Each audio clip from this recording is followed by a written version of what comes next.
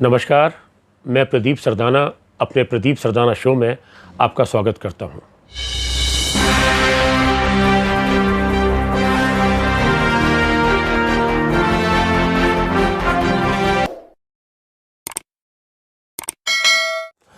आज हम बात करेंगे फिल्म आदिपुरुष की। निर्माता भूषण कुमार, निर्देशक ओम राउत और संवाद लेखक मनोज मुंशिर की फिल्म आदिपुरुष की, जिसे वाल्मीकि रामायण पर आधारित बताया जा रहा है। और ये हम नहीं कह रहे, सिनेमा के शुरू में, फिल्म शुरू होने से पहले ही ये जो सूचना आती है उसमें साफ लिखा हुआ है कि ये फिल्म महर्षि वाल्मीकि की रामायण पर आधारित है। हाँ, इसमें कुछ नाटकीय घटना भी हो सकती हैं। मैं आपको इस फिल्म की बात करने से पहले यह बात बताना चाहूँगा कि भारतीय सिनेमा के 110 साल के इतिहास में अभी तक रामायण और रामायण से जुड़े अन्य पात्रों पर 100 से अधिक फिल्में बन चुकी हैं। राम राज्य, रामायण, संपूर्ण रामायण, जय बजरंगबली, राम विवाह, सीता स्वयंवर, सीता विवाह आदि आदि, लवकुश और भी बहुत कुछ। और इनमें से कुछ फिल्में मैंने देखी भी हैं। लेकिन आदिपुरुष रामायण पर बनी अब तक की सबसे घटिया और सबसे बेहुदा फिल्म है। और दुख इस बात का है, इस फिल्म को उन लोगों ने बनाया है जो स्वयं को सनातनी, पुरातनी और बहुत ही धर्म का रक्षक और धर्म के साथ छेड़छाड़ करने वालों को अपराधी बताते हैं। इस फिल्म में इतना कुछ बकवास है, इतना कुछ बेहुदा है कि मैं समझ नहीं पा रहा कहाँ से शुरू करूँ, कहाँ से नहीं। सबसे बड़ी बात होती है फिल्म की कथा की। जब आप बात करते हैं फिल्म की कथा की और आप जब कहते हैं, ये आप बाकायदा बोलते हैं कि ये फिल्म वाल्मीकि रामायण पर आधारित है, वाल्मीकि रामायण से प्रेरित नहीं, वाल्मीकि रामायण से आधारित है, तो तब ये बड़ा साफ हो जाता है कि इसके जितने भी पात्र हैं वो सिर्फ वही हैं जो वाल्मीकि रामायण के अंदर बताए गए थे। जो इसके अंदर घटना है वो भी वही है। हाँ, फिल्म निर्माण के समय कुछ नाटकीयता लाई जाती है, कुछ संवाद अलग तरह से बोले जाते हैं, कुछ और सीन अलग तरह से काल्पनिक किए जाते हैं, लेकिन ये नहीं कि पूरी फिल्म को बदल दिया जाए और इतनी बेहुदी तरह से बदला जाए कि राम की छवि भी खराब हो, हनुमान की छवि भी खराब हो, हमारे धर्म की छवि भी खराब हो और रामायण की छवि भी खराब हो। और आने वाली नस्ल, आने वाली पीढ़ी या आज की जो पीढ़ी इस तरह की फिल्म को देखे तो वो चौंक जाए, क्या ये वही राम है, वही रामायण है जो सदियों से चली आ रही है, जिसको इतना लोग पढ़ते हैं, राम कथा के माध्यम से सुनते आ रहे हैं, विभिन्न सीरियल के माध्यम से देखते आ रहे हैं। रामानंद सागर का सीरियल जो रामायण 1987 में बना था, अभी लॉकडाउन के अंदर दोबारा दिखाया गया, तब भी उस सीरियल को इतना पसंद किया गया जितना पहले किया गया था, यहाँ तक कि उससे भी कहीं ज़्यादा। यानी 1987 में बहुत कम तकनीक से, जब ना कोई VFX था, ना कोई ज़्यादा इफ़ेक्ट हो सकते थे और बहुत सीमाएं थीं, शूटिंग के अंदर भी, आपके अंदर बहुत सीमाएं थीं। हनुमान को हनुमान बनकर ही रहना पड़ता था, पूरी तरह मेकअप इस तरह होता था, सब कुछ करना पड़ता था। उसके बाद भी वो तकनीकी रूप से भी बहुत अच्छा था, कथा पटकथा की दृष्टि से भी बहुत अच्छा था, हर तरह से बहुत अच्छा था। मेरी रामानंद सागर साहब से बहुत मुलाकातें होती थी। उन्होंने उस सीरियल को बनाने से पहले इतना रिसर्च किया, बहुत ज़्यादा रिसर्च किया, सभी तरह की रामायण, हर जितनी विभिन्न भाषाओं में रामायण है वो उन्होंने पढ़ी, उनका अध्ययन किया, उन पर रिसर्च कराया और बहुत सारा रिसर्च किया। यहाँ तक कि जब वो सीरियल बना चुके थे उसके बाद 1 साल तक दूरदर्शन उसको पूरी तरह बारीकी से देखता रहा कि इसके अंदर कुछ गलत ना जाए, कोई धर्म का नुकसान ना हो, किसी धर्म को चोट ना पहुँचे, किसी का गलत चित्रण ना हो। लेकिन इस फिल्म के अंदर जो आदिपुरुष जिसको कहा जा रहा है, इसके अंदर इतनी घटिया, इतनी बेहूदगी बातें हैं और जिस तरह का चरित्र चित्रण किया गया, जिस तरह की कथा पटकथा है, वो सब मन घड़ंत है। हम पहले कथा पटकथा की बात करें तो हम जब बात करते हैं राम की या रामायण की, और जब रावण की करते हैं तो रावण की लंका का जिक्र आता है, सोने की लंका। सोने की लंका सभी जानते हैं, हम सब सुनते आ रहे हैं। लेकिन इस फिल्म के अंदर जो इन्होंने लंका दिखाई है वो एक काली लंका है, जो भूतिया महल लगती है, कहीं से लंका नहीं लगती। उसके बाद भी देखिए, सिया के राम सीरियल आया, उसमें इतनी सुंदर लंका दिखाई गई, रामानंद सागर के सीरियल में इतनी सुंदर लंका दिखाई गई, लेकिन इसके अंदर काली लंका है जो भूतिया महल लगती है, कहीं से भी लंका नहीं लगती। तो ये सबसे बड़ी बात है कि आपने जिस सोने की लंका की बात करते हैं, लेकिन वो इस तरह की लंका हो गई। उसके अलावा जब भी हम देखते हैं कि सीता अपहरण हुआ या भगवान राम बाद में जब युद्ध ख़त्म हो गया उसके बाद वो जब लंका से अयोध्या आए तो पुष्पक विमान पर आए, और रावण जब सीता का अपहरण करके गया तो भी वो पुष्पक विमान पर ले गया था। लेकिन यहाँ रावण पुष्पक विमान पर नहीं, चमगादड़ पे जाता है। जी हाँ, चमगादड़ पर, महाकाय चमगादड़ सीता को उन्हीं पर लेटा कर ले जाता है और उसी से वो लंका पहुँच जाता है। ऐसी काली विशालकाय चमगादड़ शायद किसी ने कभी नहीं देखी होगी। कि हम राम रावण युद्ध के अंदर जानते हैं कि वानर सेना भगवान राम की तरफ से थी, जो हनुमान सुग्रीव थे उनके साथ वानर सेना थी, और वानर सेना बहुत बहादुर थी, उसने बहुत बड़े काम किए, बड़े बड़े वृक्ष उतार दिए, बड़े बड़े हमले किए। लेकिन यहाँ पर जब हम राम रावण युद्ध की बात करते हैं तो तब हम देखते हैं कि दोनों के पास अपने अपने बहुत अच्छे शस्त्र थे, जो धनुष बाण के माध्यम से थे, लेकिन शक्तियों के शस्त्र थे, जिसमें ब्रह्मास्त्र जैसे शस्त्र भी थे, और भी विभिन्न शस्त्र थे जिनसे बहुत कुछ हो सकता था। लेकिन यहाँ पर जो वानर सेना दिखाई है वो ऐसी वानर सेना दिखाई है जिसका कुछ अहम ही नहीं है। मतलब बंदर भाग रहे हैं, दौड़ रहे हैं, बस चीख रहे हैं, चिल्ला रहे हैं, इस तरह के। और उधर जो रावण है उसके पास चमगादड़ की सेना है, वो हा करता है चमगादड़ आ जाते हैं, इधर से करता है चमगादड़ आ जाते हैं। यानी उसके पास भी कुछ ही जगह दिखाया है त्रिशूल है या कुछ इस तरह के वो दिखाए हैं, लेकिन ज़्यादातर जगह चमगादड़ का युद्ध दिखाया है कि चमगादड़ के बल पर ही वो युद्ध लड़ता है। और निर्माता का चमगादड़ प्रेम तो इतना है कि जब राम वन में होते हैं, इस सीता अपहरण से पहले वो जल के अंदर समाधि लेकर बैठे हुए हैं, भगवान को स्मरण कर रहे हैं या अपना जाप कर रहे हैं, जो भी है, मतलब जल के अंदर बैठे हुए हैं भगवान राम एक समाधि लगाए हुए। और जब वो ऊपर आते हैं, जल से ऊपर आते हैं, तो वहाँ चमगादड़ ही चमगादड़ उनके सारे पीछे हो जाते हैं। मतलब ये पता नहीं वहाँ भी चमगादड़ इतने हैं कि पूरा 5 मिनट का एक दृश्य या उससे भी कुछ ज़्यादा सिर्फ इसी तरह दिखा दिया है। जहाँ राम को हम देखते हैं पहली बार पर्दे पर इस आदि पुरुष के अंदर, तो वो चमगादड़ से उनका मुकाबला होता है। इतनी मन कथा। हम जब इसकी बात करते हैं कि लक्ष्मण रेखा की बात करते हैं, लक्ष्मण रेखा को भी सभी जानते हैं, लेकिन लक्ष्मण रेखा लक्ष्मण तभी बना कर गए थे जब वो हिरण के पीछे राम जाते हैं और सीता उनको भेजती है कि आप जाइए, आपके भाई मुसीबत में हैं, आपको याद कर रहे हैं। तब वो लक्ष्मण रेखा बना कर गए थे, इस लक्ष्मण रेखा से बाहर मत जाना। लेकिन यहाँ पर पहले भी लक्ष्मण एक लक्ष्मण रेखा बना देते हैं कि वो सीता को दिखाते हैं उससे बाहर, हम इस लक्ष्मण रेखा के अंदर रहेंगे तो हमारे को कोई हमला नहीं कर सकता। तो ये इस तरह की इतनी चीज़ें मनगढ़ंत दिखाई हैं, इतने नहीं पात्र भी मनगढ़ंत दिखाए हैं। एक पात्र दिखाया विभीषण की पत्नी।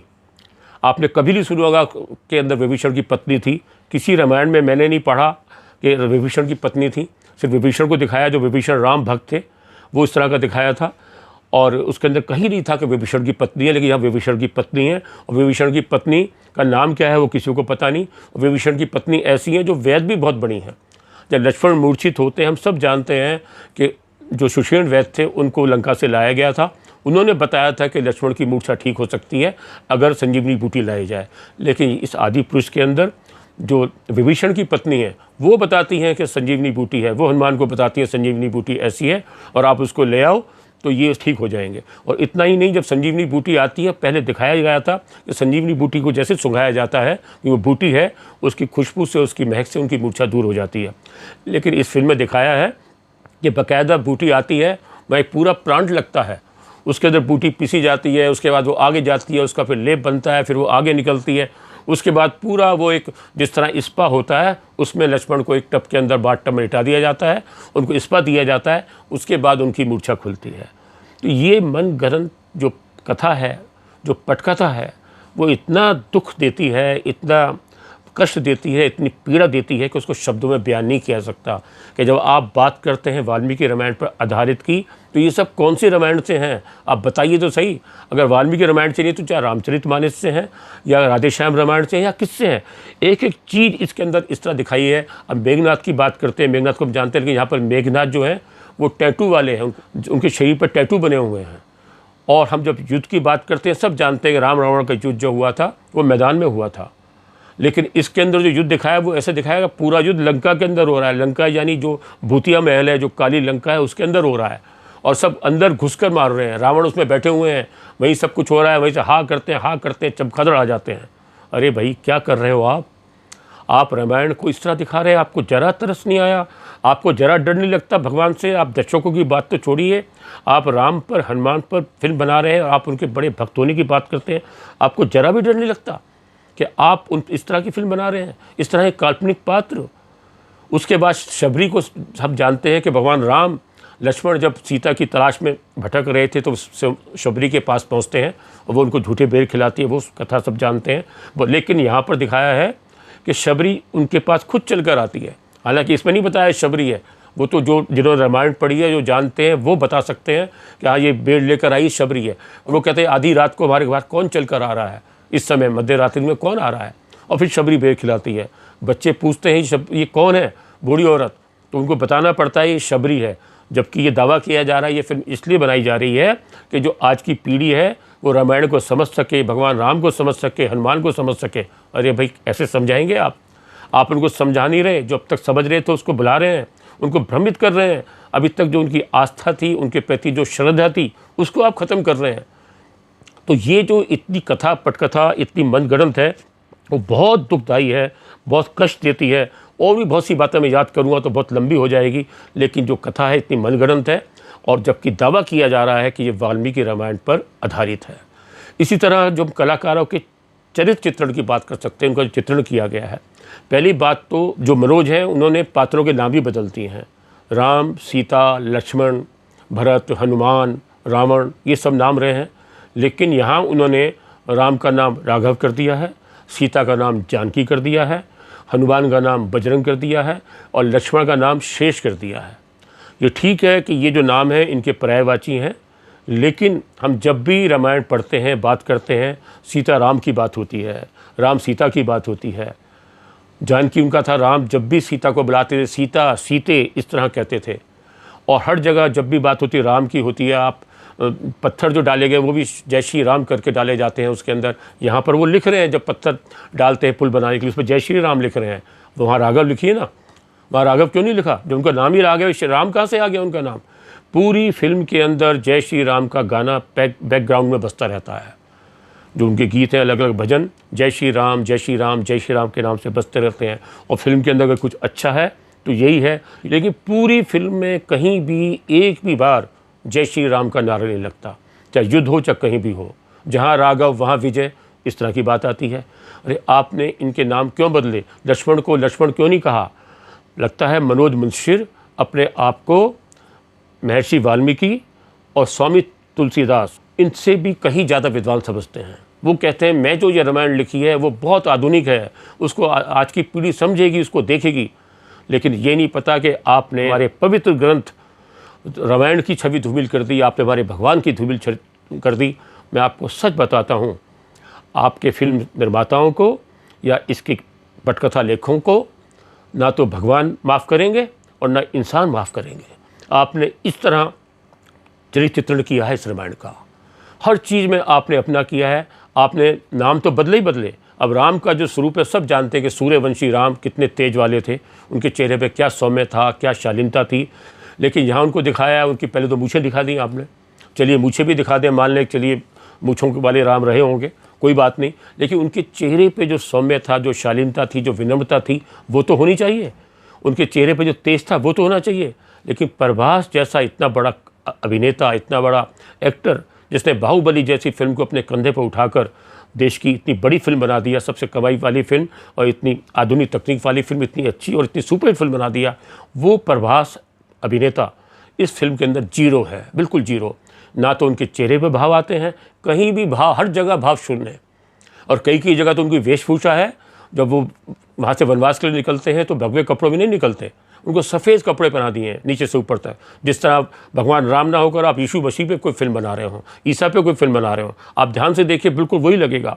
और उनके जो है कहीं भी किसी भी, अब जब सीता का अपहरण होता है तो राम किस तरह विलाप करते हैं, किस तरह दुखी हो जाते हैं, इसमें कहीं भी उनको कोई विलाप इस तरह नहीं करते, कहीं उनके चेहरे पे कोई दुख तक नहीं दिखाया गया बस। और इसी तरह जब वो लक्ष्मण मूर्छित होते हैं तब तो इतना विलाप करते हैं, बिल्कुल वो कहते हैं मैं मर जाना चाहता हूँ, मैं क्या मुँह दिखाऊंगा अपने माते को जाकर, मैं क्या जाकर मुँह दिखाऊंगा कि ये लक्ष्मण के साथ क्या होगा। लेकिन यहाँ भी भाव शून्य है, उनको कोई दिखाया नहीं कि कोई इतनी बड़ी बात हो गई है, लक्ष्मण उनके भाई मूर्छित हो गए हैं तो क्या होगा, ये बचेंगे नहीं। जब बताया जा रहा है कि इनका बचना बड़ा मुश्किल है, क्या होगा, वो कहीं विलाप नहीं करते, कहीं दुखी नहीं होते। और ये सब तरह की चीज़ें, इस तरह हनुमान का पास देखिए, हनुमान को हम जब भी देखते हैं, उनको हनुमान भक्त के रूप में हनुमान ने जो किया वो बिल्कुल भगवान तुल्य हैं। और कहीं कहीं तो भगवान राम से भी ज़्यादा हनुमान की पूजा करते हैं, मंगलवार के व्रत रखते हैं, हनुमान चालीसा पढ़ते हैं। पूरे हनुमान की इस तरह है कि वो हर युग में हैं, चारों युग में हनुमान रहते हैं। और राम भक्त, उनकी जो भक्ति है वो इतनी थी कि राम के लिए हर वक्त झुके रहते थे, हर वक्त उनका एक अलग श्रद्धा, उनका प्रेम। लेकिन यहाँ भी ना तो राम की बॉडी लैंग्वेज, ना उनकी चाल ढाल राम जैसी लगती है, ना हनुमान लगते हैं। हनुमान का जिस तरह का स्वरूप रचा है, उनका बिल्कुल इस तरह की दाढ़ी और इस तरह का उनको दिखाया है, और उनके चेहरे पे कहीं भाव नहीं है। वो बस एक थोड़ा सा मुंह फुला लेते हैं आगे से होठ कि जो हनुमान लगे। कहीं भी किसी तरह से उनकी नहीं लगता कि वो भक्त हनुमान है, जो उनका कण कण जो है भक्ति के लिए समर्पित था राम के लिए। कई जगह तो जब वो अशोक वाटिका में सीता के पास जाते हैं तो वहाँ भी वो इस तरह बोलते हैं कि राघव मुझसे पूछेंगे जानकी का क्या हाल था। नाम ले रहे हैं राघव जानकी। अरे आप उनको इस तरह बताएंगे, वहाँ भी बोलेंगे कि मुझसे वो प्रभु श्री राम पूछेंगे कि माता जानकी का क्या हाल था, माता जानकी से मिले। ऐसा संवाद कुछ होना चाहिए था, लेकिन नहीं, क्योंकि ये तो आधुनिक तुलसीदास हैं, उनसे भी बड़े हैं मनोज मुंशी, तो कुछ भी डायलॉग लिख सकते हैं और जो लिखेंगे वो कहेंगे सब मानेंगे। तो ये जो इस तरह का सब पात्रों का चित्रण है वो बहुत ख़राब लगता है। और यही हाल रावण साहब का है। रावण जी को भी देखिए क्या खिलजी बना दिया। कहाँ रावण इतना बलशाली, इतना विद्वान, प्रख्यात पंडित, जब वो शिव स्तुति पढ़ता था, एक करता था, क्या जोश आता था, भगवान शिव की पूजा करता था, तो क्या उसमें था। वो जानता था कि ये भगवान राम है। मैं इनके हाथों से कई जगह दिखाया, आज भी दक्षिण के अंदर रावण की पूजा होती है। ठीक है, रावण को हम बिल्कुल एक खलनायक के रूप में देखते हैं, उसने जिस तरह का किया वो सब एक बुरा उसमें आता है, बुरे व्यवहार में आता है और सीख देता है कि ये सब नहीं करना चाहिए। लेकिन ये भी सब जानते हैं भगवान शिव का वो अच्छा भक्त था। भगवान शिव का भक्त तो यहाँ भी दिखाया है, लेकिन कहीं भी अगर वो वीणा बजा रहे हैं तो कहीं उनके चेहरे पे कोई भाव ही नहीं। शिव स्तुति एक जब पढ़ा जाता है, किया जाता है, कितना एक अलग चार्म है उसका। अरविंद त्रिवेदी जब अपने असली जीवन में भी और रामायण सीरियल में भी ये सब पढ़ते थे, फिर शिव स्तुति करते थे, तो क्या उनका जोश आता था, क्या चेहरे में भाव आते थे। लेकिन यहाँ वो भी भाव शून्य है। और रावण को इस तरह का पात्र दिखाया गया है कि वो बस अपना लेटा हुआ है, कहीं उस नाग जो है लिपटे हुए हैं उनसे मसाज करा रहा है, कहीं वो लोहार बना हुआ है कुछ हथौड़े से पीटा पाटी कर रहा है, कहीं वो कुछ ग्रंथ लिख रहा है, मतलब कुछ है ही नहीं। कहीं से भी रावण नहीं लगता। उनकी बॉडी लैंग्वेज भी ऐसी है, संवाद तो कोई बोल ही नहीं पाए, बॉडी लैंग्वेज भी ऐसे बस हाथ चौड़े करके चलते हैं कि जैसे रावण हो गया मैं, जैसे सलमान खान चलते हैं ना हाथ चौड़े करके, ठीक इस तरह इसके अंदर वो चल रहा है। कभी संजय दत्त भी ऐसे चलते हैं, तो वो दिखाया गया है। आप देखिए, आप इतना ही 400 करोड़ 500 करोड़ की बात कर रहे हैं, बजट बढ़ता ही जा रहा है। अक्टूबर में ट्रेलर आया तो बताया 400 करोड़, कुछ दिन बाद बताया 500 करोड़, अब बता रहे 600 करोड़। अरे भाई, पैसा कहाँ लग रहा है इस फिल्म पर? आपने कुछ बदलाव नहीं किया। जब इसका टीजर आया था तब भी पता लग गया था, आपको दर्शकों ने सूचित कर दिया था, इसका इतना विरोध हुआ था। मैंने भी अपनी टीवी डिबेट में सब जगह बोला था कि अगर ये फिल्म इसी तरह चली, इसी तरह ही रही जिस तरह की, अब इसमें बदलाव नहीं हुए तो ये बिल्कुल प्रतिबंधित हो जाएगी। इसको सरकार बैन करेंगी, राज्य बैन करेंगे, दर्शक इसका ज़बरदस्त विरोध करेंगे। कोई भी दर्शक अपने आराध्य भगवान श्री राम और अपने आराध्य हनुमान या माँ जानकी की इस तरह की जो दुर्दशा दिखाई है और जिस तरह जो उनकी छवि धूमिल की है, कोई नहीं देख सकता। सीता को भी ऐसे दिखाया है, उनका अपहरण हो गया है, वो चमगादड़ पर रावण उनको लिटा गया है, उनको बांध के वो ले गया है, वो वहाँ उतर जाती हैं और बड़े आराम से उतर कर, अशोक वाटिका तो कुछ वैसा दिखाई नहीं, ना बोला गया, लेकिन बगीचा बोला गया है कोई, जहाँ भी उनको ले जाते हैं तो बड़े आराम से चलती हुई जा रही हैं, कोई वापस नहीं कर रही, कोई विरोध नहीं कर रही, और जाके बैठ जाती हैं। और जब तक वहाँ लंका में रहती हैं या अशोक वाटिका जो भी उन्होंने दिखाया है, जो हम पढ़ते आ रहे हैं, अशोक वाटिका पढ़ते जा रहे हैं, कहीं भी उनके चेहरे पर कोई पीड़ा, कोई टीस, कोई चिंता नहीं है कि मेरा अपहरण हो गया है, मैं इतनी वहाँ बैठी हूँ, मेरे पति जो है राम की साल में होंगे, मेरा कितनी चिंता कर रहे होंगे, मेरा क्या होगा। कहीं भी उनके चेहरे पर कोई भी भाव इस तरह का चिंता का नहीं आया। उधर राम भी निश्चित है कि सीता का अपहरण हो गया, कोई बात नहीं, उधर सीता भी निश्चित है मेरा अपहरण हो गया, कोई बात नहीं। सब निश्चिंत हैं, सब कहानी सबको पता है, सब निश्चिंत हैं, इसलिए क्या दिखाने की ज़रूरत है कि चिंता की बात है। राम आएंगे, छुड़ा कर ले जाएंगे। आप फिल्म बना रहे हैं, फिल्म दिखा रहे हैं, कथा बता रहे हैं, तो आप बता रहे हैं ख़ास तौर से कि हम अपनी नई पीढ़ी को बताना चाहते हैं। अरे आप यही नई पीढ़ी को बताएंगे? आपने जिस तरह रामायण का हाल किया है वो बहुत ही दुखदाई है, और जिस तरह का कलाकारों ने अभिनय किया है वो भी बहुत ख़राब है। हनुमान बिल्कुल हनुमान नहीं लगते, राम बिल्कुल राम नहीं लगते। सीता एक दो दृश्यों में सुंदर लगती हैं, अच्छी लगती हैं, लेकिन उनसे भी बहुत जो कृति सेनन है उनसे भी बहुत जल्द जो है मुँह भंग हो जाता है। और जहाँ तक कि उनकी वेशभूषा है वो भी कई बार इस तरह की दिखाई है, उन्होंने इस तरह के वस्त्र पहने हुए हैं। जबकि दूरदर्शन ने जब ये रामायण उस पर आई, वस्त्रों पर पूरा ध्यान दिया था। उसके अंदर भी दिखाया था शुरू में कि कट स्लीव्स ब्लाउज़ पहने हुए हैं सीता ने, तो दूरदर्शन ने उनको बिल्कुल हटा दिया था, नहीं बदली है। लेकिन इसके अंदर तो किस तरह के वस्त्र पहने हुए हैं। विभीषण की पत्नी तो बहुत ही आधुनिक है, वो तो कपड़े बदल रही हैं सबके सामने, बाहर आती हैं, विभीषण से बात करती है और पल्ला उसके बाद ऊपर करती हैं कपड़े बदलने के बाद। उधर विभीषण साहब जो अभी तक जिनको राम भक्त के रूप में जानते हैं, कि रावण की लंका में रहते हुए भी पूरे राम भक्त थे, जब हनुमान लंका पहुँचते हैं तब भी वो उनको पता लगता है ये राम भक्त हैं। लेकिन यहाँ पर विभीषण को एक खलनायक दिखाया गया है। उनकी पत्नी को भी चिंता है कि राम ने ये तो कह दिया कि मैं विजय प्राप्त कर लूँगा युद्ध में, तो आप जो है लंका के राजा बनोगे। लेकिन उनकी पत्नी कहती है नहीं, राम की बात सच थोड़ी हो सकती है, कौन राज छोड़ेगा, वो राज ले लेंगे। फिर उनको विभीषण कहते हैं नहीं नहीं, वो तो अपनी जवान के पक्के हैं, अयोध्या का राज छोड़कर आ गए, वनवास लेकर आ गए, यहाँ ही बात पक्की करेंगे। यानी यहाँ पर विभीषण की राम भक्ति नहीं, उसकी जो है राजगद्दी की भक्ति दिखाई है। उनकी पत्नी भी की राजभक्ति है कि उनको राजगद्दी मिले, इसलिए वो राम से आके मिले थे। हम जब भी रामायण पर कोई फिल्म देखते हैं, रामायण कथा पढ़ते हैं या रामायण पर सीरियल देखते हैं, तो सभी में दिखाया गया है कि विभीषण लंका से इसलिए निकलते हैं, बाहर आते हैं कि रावण उनको धक्के मार के वहाँ से बाहर कर देता है, तो वो अपना अपमान सहन नहीं कर पाते। तब वो अपना भ्राता धर्म छोड़कर एक धर्म के लिए भगवान राम के पास आते हैं, उनसे जाकर मिलते हैं। लेकिन यहाँ कहीं भी किसी दृश्य में ये नहीं दिखाया गया कि रावण उनको अपमानित करता है। या तो दिखाया कि दोनों आराम से लंका में बैठ के ड्रिंक कर रहे हैं। हाँ, विभीषण ये जरूर कहते हैं रावण से कि ये आप अपने काल के लिए कालीन बिछा रहे हैं। लेकिन जब उनको लंकेश बोलते हैं तभी कहते हैं नहीं, अरे लंकेश यहाँ नहीं, ये तो घर है, घर में लंकेश नहीं। मतलब बड़ा प्रेम दिखाया है, बहुत अच्छी बात दिखाई है, कहीं अपरित दिखाया।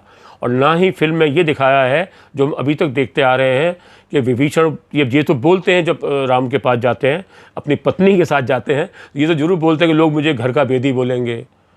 अब आप देखिए, घर का बेदी डायलॉग तो बाद में आया, उस समय तो संवाद कोई था नहीं।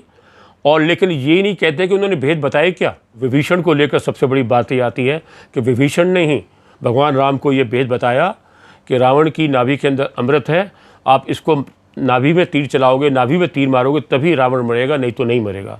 लेकिन इस फिल्म में इतनी बड़ी बात को दिखाया ही नहीं। वो कुछ और तो बताते हैं, ये मेघनाथ का भेद है, ये लंका के दरवाजे हैं, ये वो है, वो वहाँ पूजा करता है। लेकिन जो सबसे बड़ी बात रामायण की है, जो कि वो आप उसमें जिसके लिए उनको घर का भेदी कहा जाता है, वो दृश्य बिल्कुल फिल्म के से गायब है। और फिल्म से और भी बहुत से महत्वपूर्ण दृश्य हैं ही नहीं। जैसे जो हनुमान सजीवन बूटी लेकर आते हैं तो उनका भरत से मिलना होता है, वो इसके अंदर नहीं है, इतना बड़ा दृश्य है।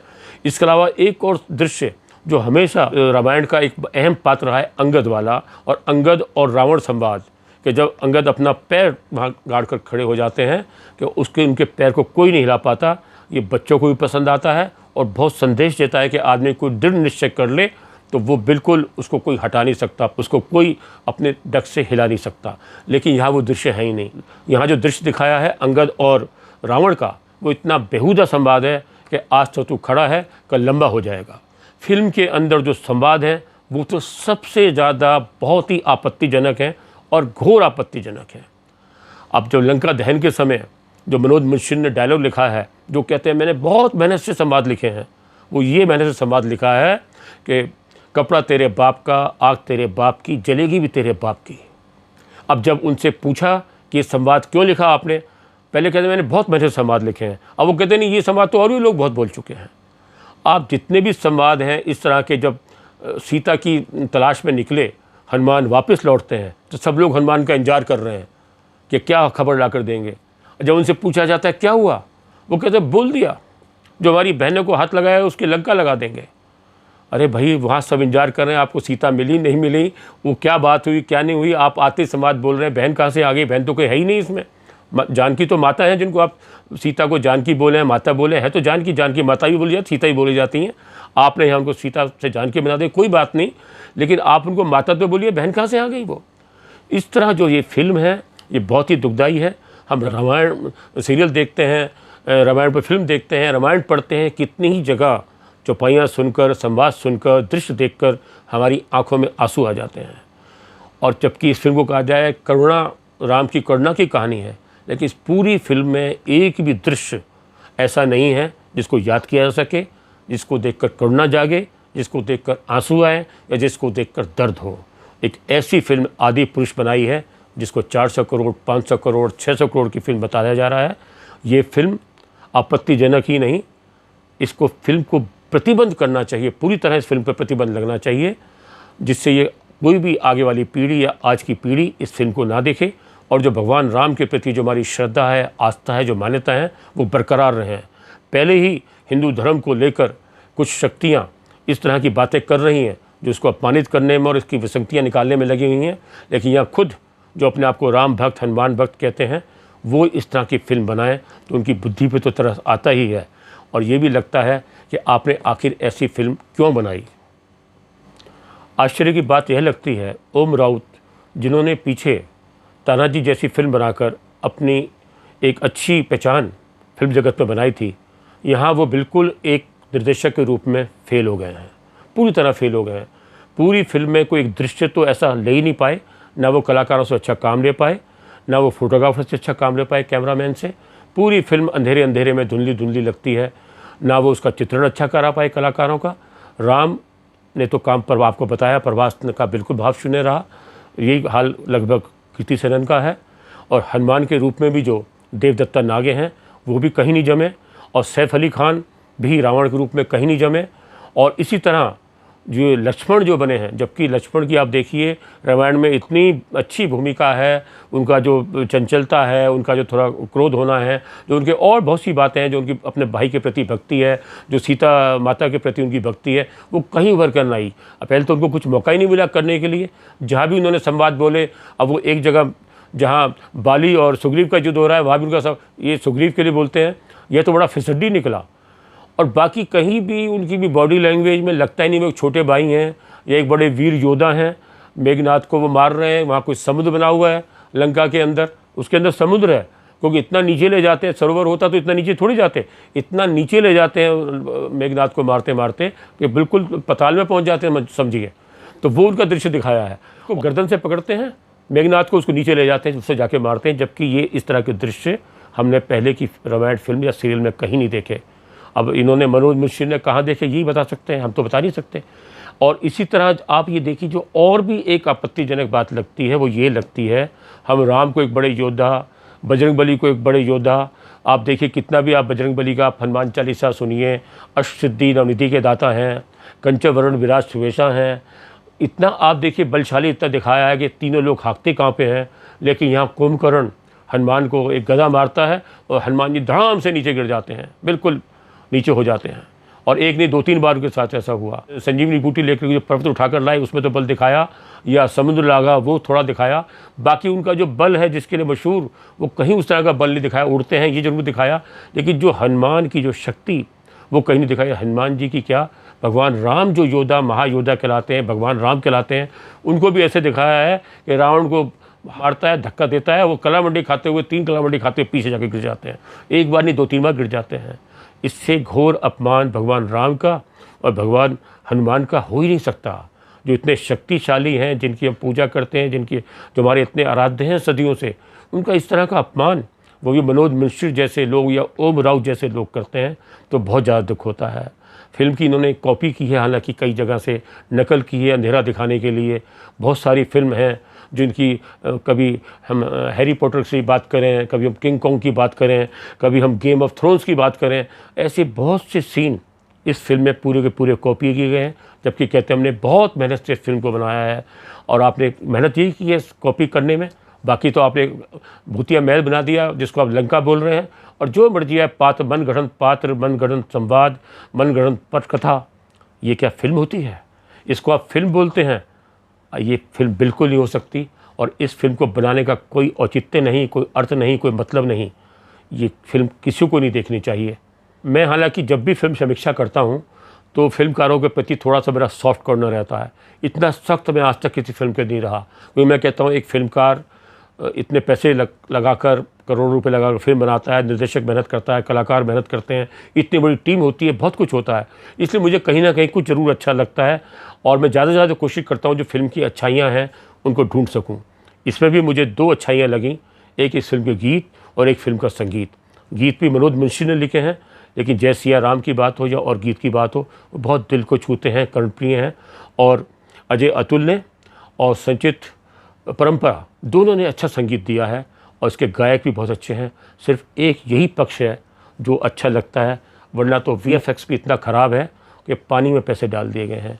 हाँ, 3D के इफ़ेक्ट्स हैं वो थोड़े से पास आते हैं। भगवान राम, श्री राम जब उड़ता हुआ आपके पास चमगादड़ आता है, कोई और आता है, वो थोड़ा सा एक अलग सा इफेक्ट देता है। लेकिन इससे ज़्यादा इफ़ेक्ट्स तो रामानंद सागर की रामायण में 1987 में देखे गए थे, जब वीएफएक्स भी नहीं था और आज की तरह के कंप्यूटर इफेक्ट भी नहीं थे।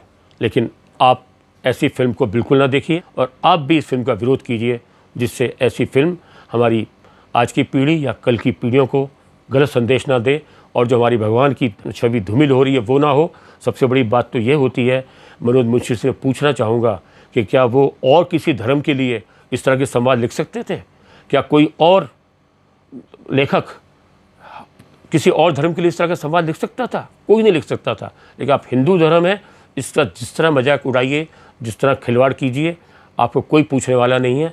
आप यही सोचते रहे, लेकिन हमको बताना होगा नहीं, हिंदू धर्म के साथ, हिंदू आस्थाओं के साथ, हिंदू धर्म की श्रद्धा के साथ, हमारे आराध्य के साथ कोई भी अपमान होगा तो हम सहन नहीं करेंगे।